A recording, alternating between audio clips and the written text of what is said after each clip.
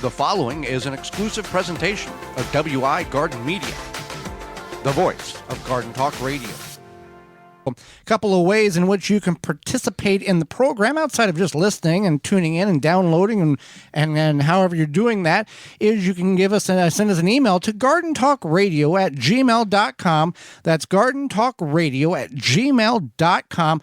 Or if you would like to give us a call, you can do that on the Proclamation Hotline brought to you by Proclamation Goods. And that number, toll free, coast to coast, is 1-800-927-SHOW, 1-800-927-7469. Proclamation Goods creates cookware for the eco-conscious home chef. Their pans are non-toxic, have a lifetime warranty, and are made in Wisconsin. Their award-winning stainless steel Proclamation Duo cookware set is a 12-inch skillet, and it doubles as a wok. Best of all, the skillet and stock pot hinge together to form a Dutch oven. It's 2 pans with the versatility of 10, empowering you to cook more with less. If you care about your health and strive for a more sustainable lifestyle, then Proclamation Goods is for you. Supplies limited, so order yours now at proclamationgoods.com. All right. Well, we're going to grow and talk about growing indoors over winter, and this segment is sponsored by our good friends at Happy Leaf LED Grow Lights. This segment is sponsored by Happy Leaf LED Grow Lights, proudly made in the USA. A grow light for beginners or advanced indoor gardeners. They have universal use LED recipe. That means you can turn it on and watch your leafy greens, herbs, vegetables, any plant really, grow and thrive. It's the anywhere, anytime garden. A professional grade grow light with a home gardener's affordability. No fans, no motors, just plug in and grow. Find out more and visit happyleafled.com, and you can use code Joey Holly and you can save 10% off orders of $90. And it's not just a grow light. It's not just, they're just talking about another grow light. We have had the Happy Leaf LED grow lights now, 8-9 years, and we have had them growing over our indoor Tiny Tim tomatoes since March 9th of 2021. Yes, we have 3 Tiny Tim tomatoes in root maker grow bags, 1-gallon root maker grow bags in the grow room, and the lights come on at 8 in the morning. They go off at 10 at night, and we have cherry tomatoes, and we've had them, and we've documented this on our YouTube channel, which if you want to get that, it's the Wisconsin Vegetable Gardener on YouTube. You can see all of that video, all the videos, and what you see, what's going on right now in the studio too, in replay. It gives off like a pinkish hue, right? Pink or purple hue, and sometimes that's the older one. We've got the older models, the older models. But sometimes, like if our cat is, I take a picture of him and he's near it, he's got a white chest and it's he looks pink. kind of pink. Yeah. It's cute. So Happy Leaf LED grow lights, made in America, made in the upper Midwest, made in the Chicago area. Determine your location. Determine a location to do this in your house, in your heated basement, in your climatized garage or shed. This is not something that you're just going to do on the back porch in the middle of January. Yeah, you want to consider that you're going to be using that location for just this. For just this, however long. You want something that you can get to easily and comfortably.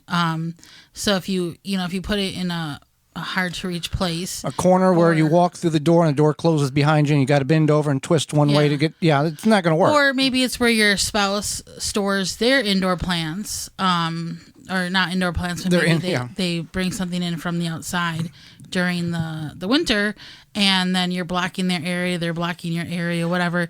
Just make sure that create an area. Yeah. Consider what your pets might do if you have tiny children. Keep that in mind as well. Or incorporate the children in this whole process too. Drainage is a key to this. Drainage is the key to any house plant, any vegetable, any fruit that you're growing. If you don't have drainage, your plant, unless it lives in a bog or it's a cattail, it's probably going to die because it can't get the oxygen. There's too much. It's going to drown. So you want to have proper drainage, whether you make the holes and then create some type of pan to catch the reservoir, the remaining water that drains out of it, or you have grow bags that naturally wick the water out and wick it up as needed. Drainage is important. Grow what you know you can consume and what you can grow indoors, Holly. Let's not try to grow pumpkins indoors. We did many years ago. What did we grow? Many years ago, we had an indoor grow tent from a company that no longer is operational. And we grew cucumbers. We had to hand pollinate the pickled cucumbers. And you harvested a cucumber on Christmas Day. And a tomato. And a tomato. And I ate like a tomato sandwich for breakfast. On Christmas Day, yeah. The video is online in a series, but that company no longer is operational. But we want to, it's all based on where you set this up and what space is available and what your expectations, your realistic expectations are. You can grow Tiny Tim tomatoes. You can grow lettuce. You can grow spinach. You can grow peppers. You can grow a lot of things indoors. Many people in the winter months will gravitate towards leafy greens or microgreens. Right. And this makes a lot of sense. It gives you an opportunity to grow something quickly. Right. Quick turnaround. And it's you can grow an abundance of it easily, and it gives you something fresh. So it makes sense to grow those microgreens or some sort of leafy green. Because a microgreen is different than a sprout, growing sprouts. Right. Microgreens are basically those tiny little, they look like miniature spinaches, lettuces. Seedlings. Yeah, little seedlings. And then sprouts look like sprouts. They're more of like, they look like a plant stem. And sprouts are not grown in soil, and microgreens are grown in some type of medium. Yeah. And the turnaround's fairly quick for both of them. But so yeah, you want to think about what you're going to eat. You might decide to grow microgreens, but if you're the only one eating them and nobody else does in your household, then you might have a lot quickly. And there's no wrong answer to, can I grow this indoors? Well, to some extent, reasonable things in growing indoors based on the space. Keep that in mind. Keep a schedule. Just because you plant the seeds, just like Mother's Day, you see all the hang baskets and everybody, happy Mother's Day, hang basket. 2 weeks later, drive down the road of any city and you'll see all the hang baskets thrown next to the trash can because somebody forgot to water them. Now, if you had the Happy Leaf LED, you wouldn't have to, or no, you had the tree diaper, you wouldn't have to worry about that. But that it's just a routine. 2 weeks later, most of them are out by the dumpster. Right. And then, so then the next thing. So what would you recommend on a schedule? Keeping a schedule, meaning? Just keep a schedule, for harvesting. Especially if you're growing microgreens, you want to harvest them when they're ready, and then you harvest them often. Or also plant them. You might plant 1 row or 2 rows, and then after you harvest some of that, you might plant another row and kind of keep it a succession. But yeah, so that's one. And keep a schedule for watering. You might think just like the the hanging baskets. You might plant your microgreens, and then you're like, oh, I forgot. There is a point of no return when the thing's so dry. Right. There is, and we've all done this, that we forgot to water, and they're all wilted, and you hit them with the water, and they do come back. They're not happy, and you've damaged them internally, busting the cell walls of the plant, but you don't see a dramatic effect about it. With the microgreens, the smaller the plant, the less time it takes for that thing to dry out and die.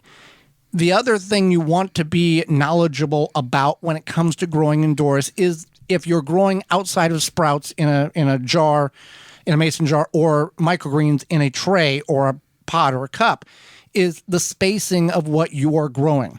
You still have to have space, and you can't cram 9 things in a 10 by 20 inch flat.